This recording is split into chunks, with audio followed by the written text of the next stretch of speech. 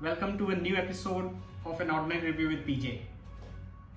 The movie that I'm going to talk about today is an extremely tense drama. Something that I saw recently. It's a hijack drama of a flight from Berlin to Paris, and it's unique. I'll talk how the movie is unique compared to what we have seen in the past. But before that, let me give you a synopsis of the movie. So the movie is about a flight that is traveling from Berlin to Paris. And soon after the flight takes off and steadies itself at the flying altitude, the air hostess gets ready to serve food to the passengers and also to the captain and the first officer. And as soon as she opens the door of the cockpit, a terrorist barges in and stabs the captain fatally, because of which he dies later, and also injures the first officer. But the first officer, with the presence of his mind, is able to lock the cabin door and also injuring the terrorist and making him unconscious. So now he's alone in the cockpit with the terrorist who is unconscious and the captain who is dead. Meantime, there are a couple of other terrorists in the cabin who are trying to barge into the cabin, and they have been banging the door. They try to break open the door so that they can take control of the flight. They are also harming and threatening the passengers and the air hostess. So that's the hijack drama. The flight has been now hijacked by this terrorist. But what's unique about this movie? A few things. First and foremost, there is no music at all in the movie. So it's all natural sound about what is really happening, but there is no background music. The only time you actually get background music is towards the end of the movie when the titles are rolling. Secondly, the movie actually has a premise of hijacking which is different from what we have seen. Normally we have seen hijacking where terrorists have guns on board, or somebody from the flight crew or the ground crew is involved to smuggle weapons inside and take over the flight.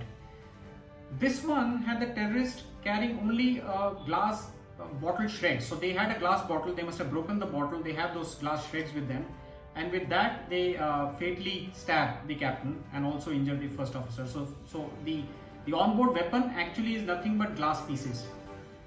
Makes you think whether, and we have seen this many times where people actually do shopping of glass liquor bottles or perfume bottles on the airport, and how fatal can that be was a thought that was running through my mind, that even glass can be quite fatal as a weapon if someone wants to take over the flight. So something for us to think about, the authorities to think about, to safeguard flights into the future. The third element of why the movie is unique is the entire movie is shot inside the cockpit of the flight. There is no scene of the insides of the flight. Whatever action that happens inside the flight is actually what the captain sees on a TV monitor that shows the inside of the aircraft cabin to them in the cockpit. So all the action of this movie is entirely shot in the cockpit. So it's the first officer who is alive but injured.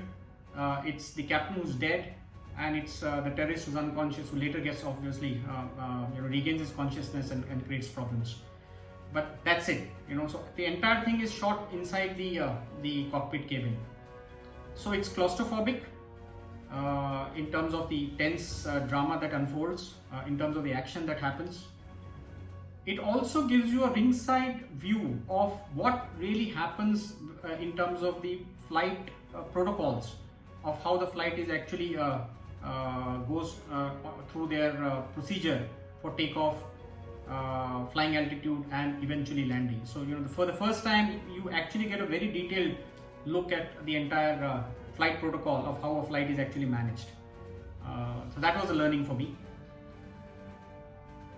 I would say it's a very, very engaging movie, claustrophobic, tense, and at times you really get desperate in terms of how the first officer will be able to manage to safely land the flight and save the passengers and himself, and obviously get the terrorist arrested by the authorities. So it leads you to a desperation as well as the movie progresses, as much desperation as the first officer is feeling. The movie is called 7500. It's actually a transponder code used by the pilots to declare to the air traffic control if there is an unlawful interference in the flight. So this hijacking is nothing but an unlawful interference, and that's why it's the code for that is 7500. That's what the movie is called, 7500. And it's the main actor of this movie is Joseph Gordon-Levitt.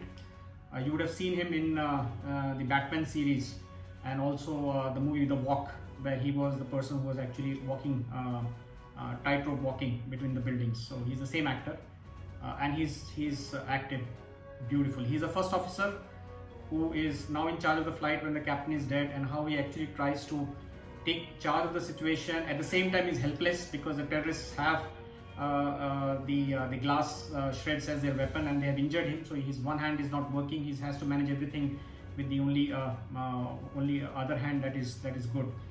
So overall, I would say a must watch. It's something that you will, if you like tense dramas, if you're looking for something unique, a movie which has no music, entirely shot in the cockpit, is something of a unique experience. I think you should definitely see this movie. It's available on Amazon Prime. The movie is called 7500. So with that, happy watching to all of you. If you do like my reviews, please do subscribe my channel, and I look forward to your feedback. Till next time, happy watching. Bye.